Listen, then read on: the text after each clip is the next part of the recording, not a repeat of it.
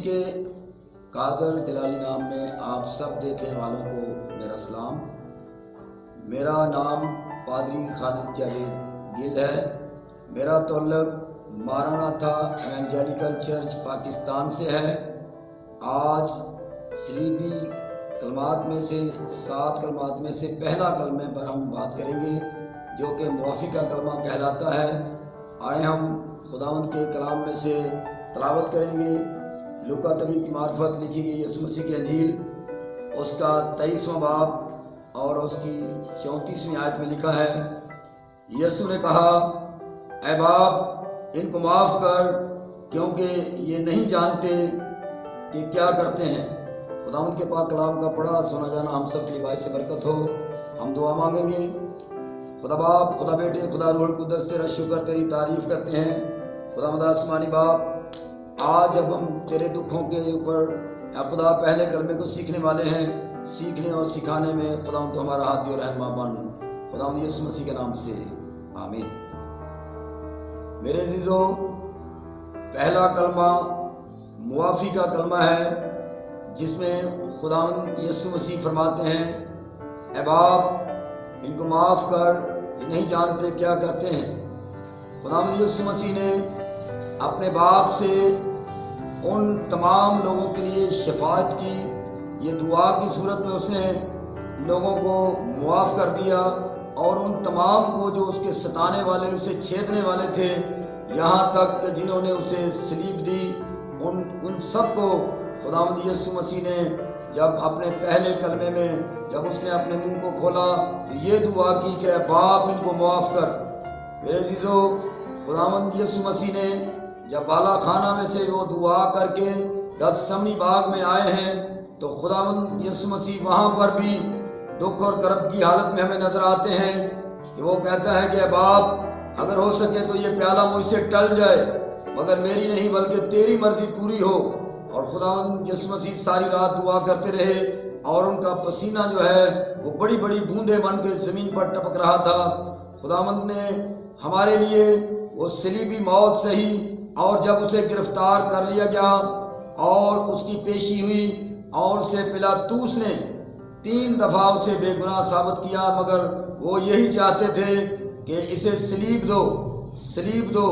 میرے عزیزو، خداوند یسوع مسیح کیونکہ دنیا میں نجات دینے، زندگی دینے، رہائی دینے، بحالی کے لیے وہ آیا تھا، اور اس نے جب اسے صلیب کا جو وہ نذرانہ دیا گیا، جب ابھی وہ صلیب نہیں چڑھا تو بھی ایک ڈاکو کو اس نے زندگی دے دی جو برابا ڈاکو ہے۔ اور پھر جب وہ صلیب پر تھا اور جب اسے کیلوں سے جکڑ دیا گیا، ٹھونک دیا گیا اس کے ہاتھ اور پاؤں میں کیل، تو بھی اس نے درد کی کرب کی حالت میں بھی خداوند یسوع مسیح نے، اس نجات دہندہ نے ہمارے لیے جو دکھ سہے، تو بھی اس نے ان لوگوں کے لیے، اس تمام ستانے والوں کے لیے جنہوں نے اس کے منہ پر تھوکا، جنہوں نے اسے مکے مارے، جنہوں نے اس کی پوشاک پر کوڑا ڈالا، اس نے ان سب کو معاف کر دیا۔ کیونکہ ہمارا خداوند جو ہے اس کی جب زمینی زندگی بھی ہم دیکھتے ہیں تو اس نے ہمیں معاف کرنے کا درس دیا۔ اس نے کہا کہ اپنے ستانے والوں کے لیے دعا کرو، اور خداوند ہمیشہ اس کی جو زمینی زندگی کی ساری جو اس کی منادی تھی وہ ان تمام لوگوں کے خلاف تھی جو آج اسے صلیب دے رہے تھے، کیونکہ وہ کہتا تھا کہ میں یہودیوں کا بادشاہ ہوں، اور ان کو یہ بات نہیں باتی تھی۔ اسی طرح رومی حکومت اور یہودی یسوع مسیح کو اس بات کے لیے وہ در پہ تھے کہ اسے کسی نہ کسی طرح سے ہم ہلاک کریں، اور انہوں نے اس کے لیے وہ موت جو تجویز کی، جو صلیبی موت تھی، جو لعنتی موت تھی، لیکن ہمارا خداوند ہماری خاطر لعنتی بنا۔ اس نے ہمارے لیے دکھ اٹھائے، اس نے ہماری ساری بدکاریاں، ساری گناہ کی پنڈ جو ہے اس نے بنی نوع انسان کے لیے اٹھا لی۔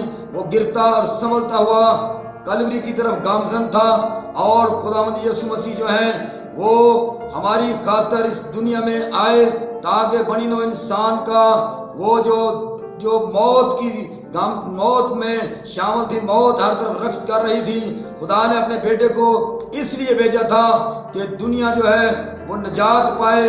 نجات کا کفارے کا جو خدا کا پلان تھا، اس نے اپنے بیٹے کو دنیا میں اس لیے بھیجا تاکہ اس نے، جیسے یوحنا کی انجیل اس کے 3 باب کی 16ویں آیت میں لکھا ہے، اس نے ہمارے لیے ایک بیٹا بخش دیا.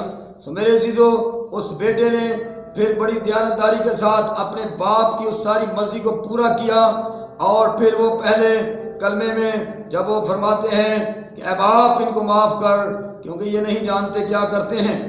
میرے عزیزو، خداوند یسوع مسیح نے اس دنیا میں رہتے ہوئے جب انہوں نے زمینی زندگی میں اپنی خدمت کا آغاز کیا تو اس پر جب بھی وہ جتنے بھی انہوں نے الزام لگائے، اور وہ سارے الزام اور وہ سارے گواہ جھوٹے تھے.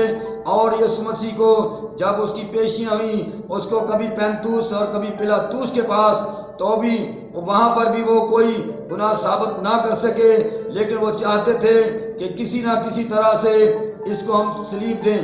جبکہ پلاطوس نے کہا میں اس میں کوئی گناہ نہیں دیکھتا. اور اس کی بیوی کو بھی جب وہ خواب آیا تو اس نے بھی اس میں یہی بتایا کہ یہ شخص جو ہے بے گناہ ہے.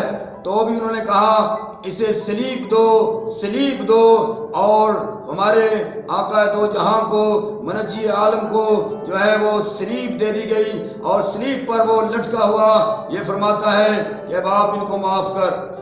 اسی طرح میرے عزیزو، ہمیں بھی اپنے منجی آقا دو جہاں کی پیروی کرتے ہوئے ہمارے اندر بھی معافی کا جذبہ ہونا چاہیے. ہم بھی اپنے ستانے والوں کے لیے ہمیشہ دعا کریں اور ہم دوسروں کو معاف کرنے والے ہوں، تاکہ ہم حقیقی مسیحی بن کر، اس کے پیروکار بن کر ہم اپنی زندگیوں سے یہ ثابت کریں کہ ہم مسیحی ہیں اور ہمارے اندر جذبہ ایمانی ہو کہ ہم معاف کر سکیں. یہ سب سے مشکل بات ہے کہ جو لوگ آپ کو ستاتے ہیں، جو آپ کے لیے برا کرتے ہیں، آپ ان کے لیے بھلا چاہیں. مگر ہمارے مسیحا نے اس کلمے میں ہمیں یہی درس دیا ہے. سو عزیزو، ہم اس کلمے کی وساطت سے آج یہ سیکھتے ہیں کہ ہمارے منجی نے دکھ سہے، وہ جان کنی کی حالت میں ہوتے ہوئے بھی دوسروں کو معاف کرنے کا وہ درس دیتا ہے.